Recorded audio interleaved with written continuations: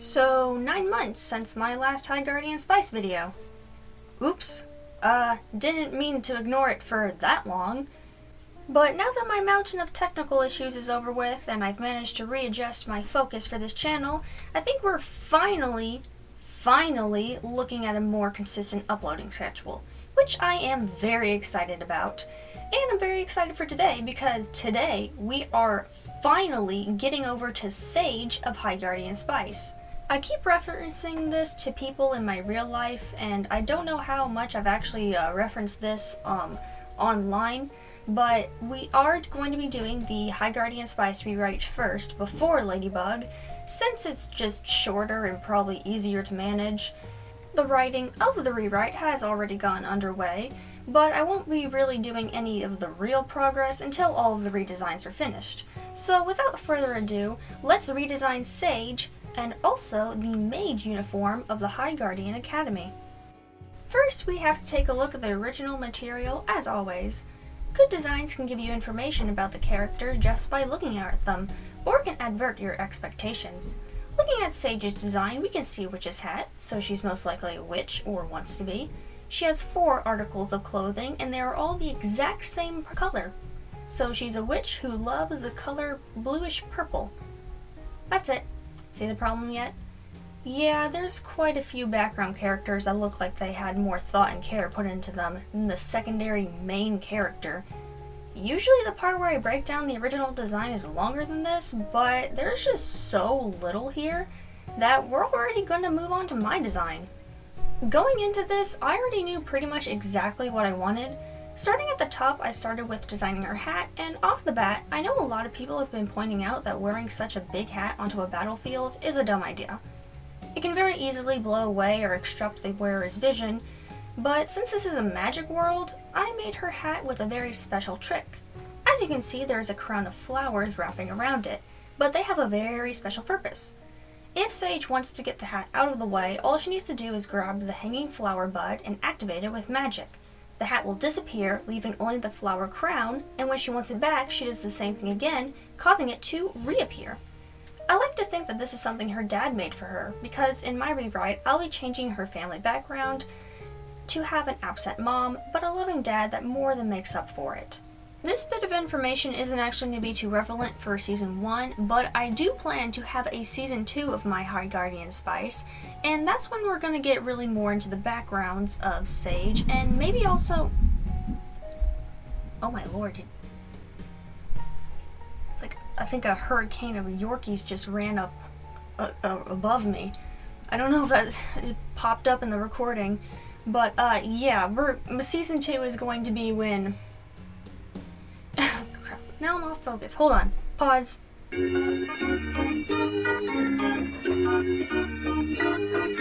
Yeah, so Season 2 is when more of the family backgrounds for Sage, and more of her backstory and why she and Rose are friends, really comes into more view. For the rest of the outfit, I wanted people to know that she holds herself up to a very high standard. Everything she does is with thought and precision, and you can see that in the way she dresses. She wants to be a high-ranking witch, so she dresses in very traditional witch attire. This is also a hint to her family's very traditional ways.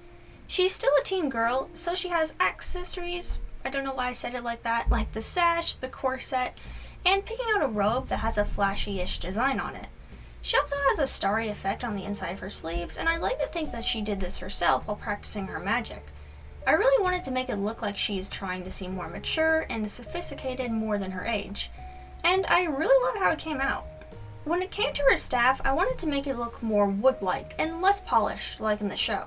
Since most witches you see have withered sticks as their staffs, I wanted mine to look good while also looking more like those old traditional witch staffs.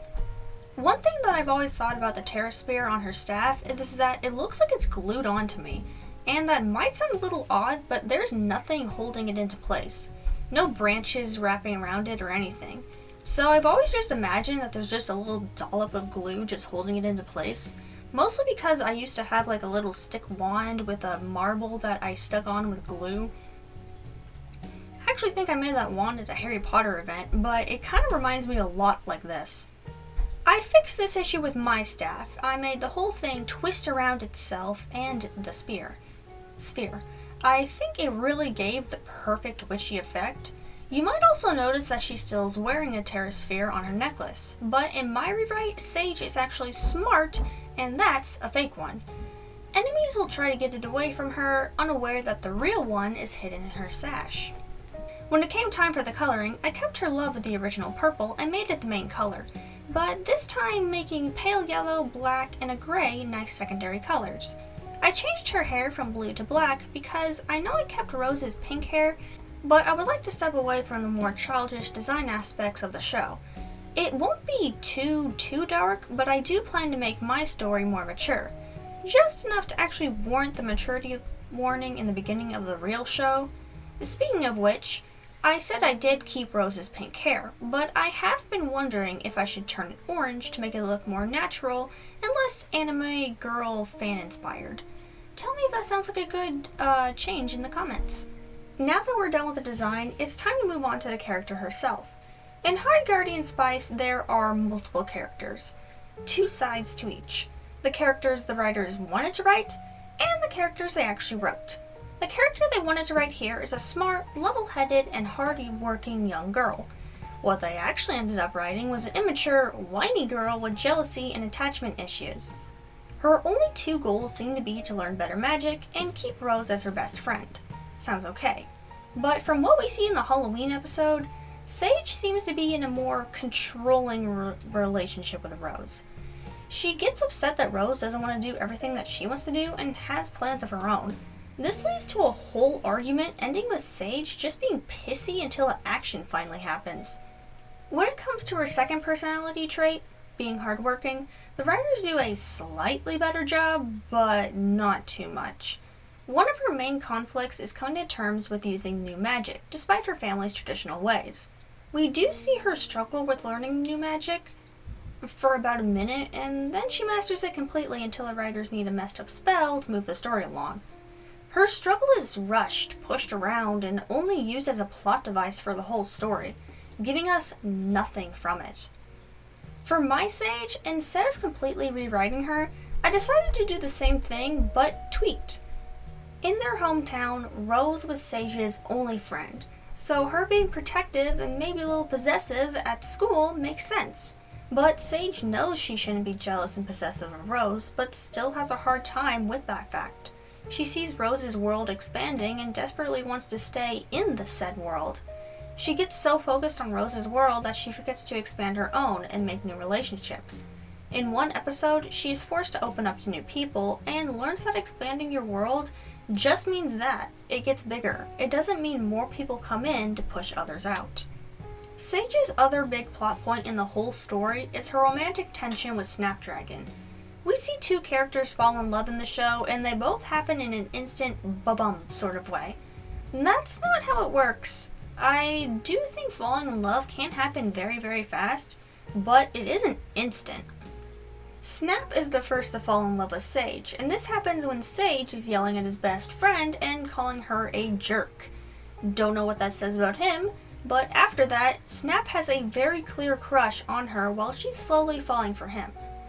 I will admit they can get pretty cute sometimes. I would even say they have some of the best moments of the show, but the way their relationship was done is kind of painfully bad. With my rewrite, it will start a lot more realistically. In the show, Sage meets Snap and Amaryllis, Snap's best friend, in the potion making room. The 2 just bully her until Amaryllis messes up her potion, causing it to spill onto a cat in the room and turns him into...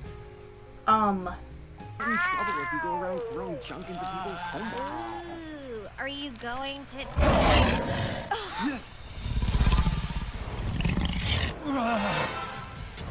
My mouth can say words now.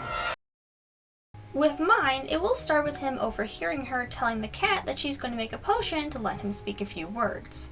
He comes into the room and says he's there to work on potions too, and goes to another stall. They work in silence, but Snap keeps looking back at Sage and finally comes over to tell her that she's doing her potion wrong. She asks how, and he points to the wrong ingredients. But she says that those are the right ingredients. They get into a bit of an argument over who is right, and finally Sage says just to watch her and she'll show him that she's right.